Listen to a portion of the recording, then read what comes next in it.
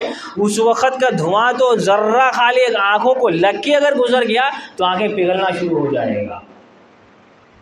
آنکھیں پگھل جائیں گی وہاں پر۔ آج ہم دھواں میں بیٹھے تو آنکھیں لال ہو جاتا ہے آنسو نکل کے، وہاں آنکھیں پگھلنا شروع ہو جائے گا، جسم پگھلنے لگے گا، اتنا سخت دھواں ہوگا اور اتنی سخت گرمی ہوں گی وہاں پر۔ یہاں تک بتایا گیا ہے کہ انبیاء کرام، بزرگان دین اور جتنے بھی لوگ ہیں سب اس وقت پریشان حال رہیں گے۔ ہر انسان آدم علیہ السلام سے لے کے قیامت تک، جب تک دنیا قائم ہے، سارے ایمان والے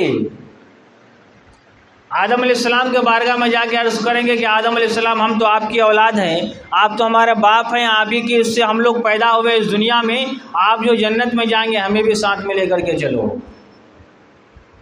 تو آدم علیہ السلام کہیں گے میں اس کا جو ہے کوئی ذمہ دار نہیں ہوں، میں کچھ نہیں کر سکتا ہوں یہاں پر، تو کسی اور کو ڈھونڈو بھائی اس کے بارے میں۔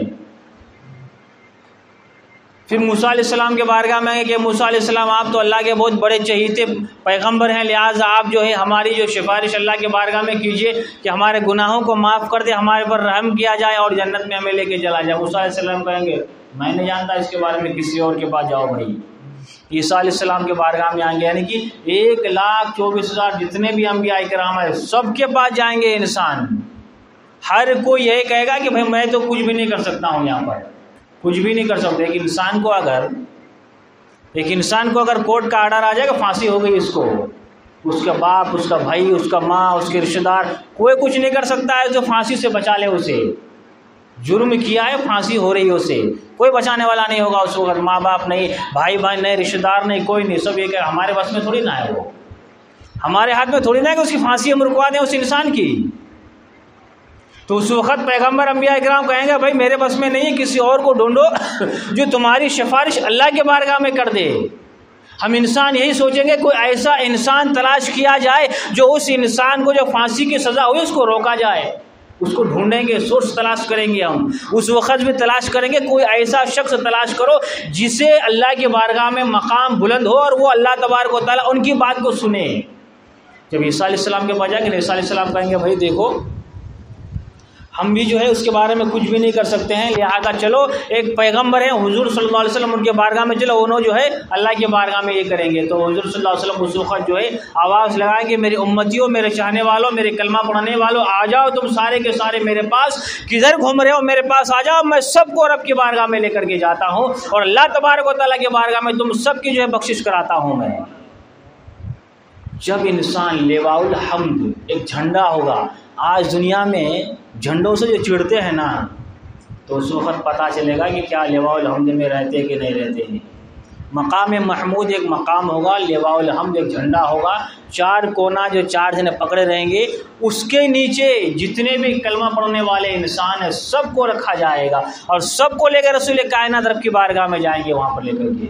اللہ تبارک و تعالیٰ پوچھے گا بتاؤ محبوب تم جتنوں کو چاہو میں اتنوں کو معاف کر دیتا ہوں، بلا حساب اور کتاب اسے جنت میں ڈال دیتا ہوں، اس میں کوئی حساب نہیں ہوگا۔ تو پیارے، بلا حساب اور کتاب جنت میں جانا ہم انسان سوچتے ہیں، تو ویسے کام بھی تو کرنا ہم اس دنیا میں کام کریں گے ہم اللہ کو ناراض کرنے کا اور سوچیں گے ہم بغیر حساب کا جنت میں چلے جانے کا، تو یہ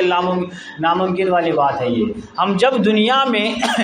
اللہ کی فرما برداری کر کے اللہ کو راضی کریں گے ہم، تو اس وقت اللہ تبارک و تعالی ہماری طرف دیکھے گا کہ یہ انسان نے میرا کلمہ پڑھا تھا، مجھے مانا تھا، چلو اس کا حساب کتاب صحیح ہے، چلو جنت میں ڈال دو اسے۔ اور اس دنیا میں ہم اگر اللہ کو نافرمانی کرتے رہیں گے، ماں باپ کو ستاتے رہیں گے، تکلیف دیتے رہیں گے، نمازوں کو چھوڑتے رہیں گے، دنیا داری میں اپنی زندگی گزاریں گے، تو اللہ تبارک و تعالیٰ کہے گا فلاں انسان جو ہے مجھے مانتا تھا، کلمہ پڑھتا تھا، مگر میری فرما برداری نہیں کرتا تھا، کھینچ کے لاؤ اسے۔